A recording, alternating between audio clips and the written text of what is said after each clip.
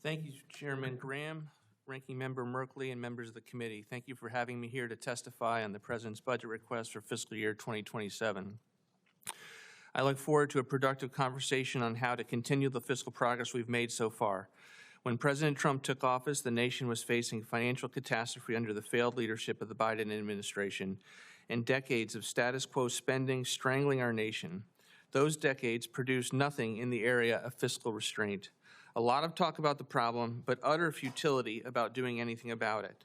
That fiscal futility ended with the return of President Trump.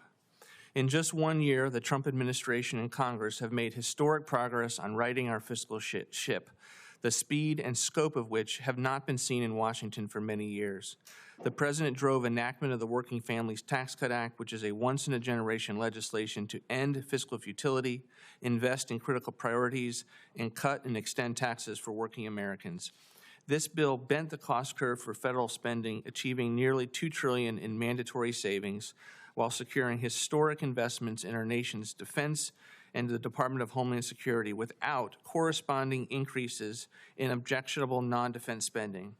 The President also shepherded legislation through Congress that rescinded $9 billion in wasteful spending, which was the first standalone rescissions package enacted by the Congress since 1992.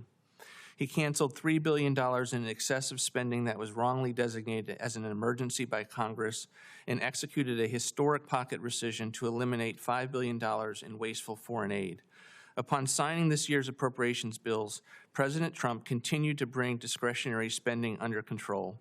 The full year 2026 appropriations bills enacted the first real cut to spending in over a decade. It rooted out wasteful spending that the administration identified across federal agencies. The enacted bills reaffirm administration policy to eliminate ineffective federal agencies that do not serve a useful purpose. For example, the bills eliminated all programming for USAID as the administration works to fully shut down the agency after decades of mismanagement and abuse. This also included the complete elimination of the Corporation for Public Broadcasting, which funneled billions of dollars into biased and woke programming at NPR and PBS.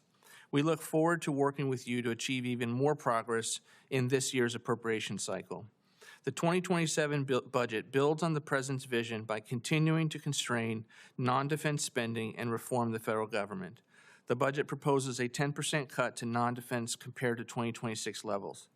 Within this total, the budget maintains investments in border security, immigration enforcement, delivers on the President's commitment to support law enforcement and combat violent crime with a 13% increase to the Department of Justice, and honors the nation's sacred obligation to military veterans.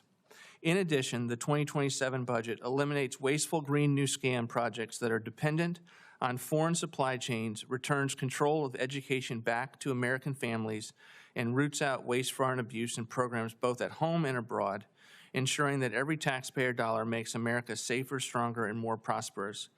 The budget simultaneously builds on the historic $1 trillion fiscal year 26 defense top line by requesting $1.5 trillion for 2027, a 42% increase as promised by President Trump last year. This budget will ensure the United States continues to maintain the world's most powerful and capable military as we grapple with an increasingly dangerous world. It is a sizable increase that I want to explain. It is meant for significant paradigm-shifting investments. For instance, the President and his Department of War are exhibiting tremendous leadership to build more ships, planes, drones, munitions, and satellites faster without the backlog status quo.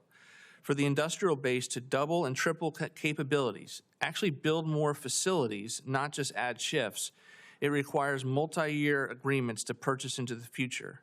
That cost has to be booked in the first year. Under President Trump's bold leadership, every tool in the executive toolbox has been used to achieve real savings, and our administration will continue to do so. A historic paradigm shift in the process is occurring. It's producing real results for the American public. Fiscal futility is over. Now that our fiscal ship has finally turned to face in the right direction, I look forward to working with you to continue to move it forward. Together, we will achieve significant budgetary savings while implementing the President's bold vision. Thank you. Support journalism you trust. Support PBS News. Donate now, or even better, start a monthly contribution today.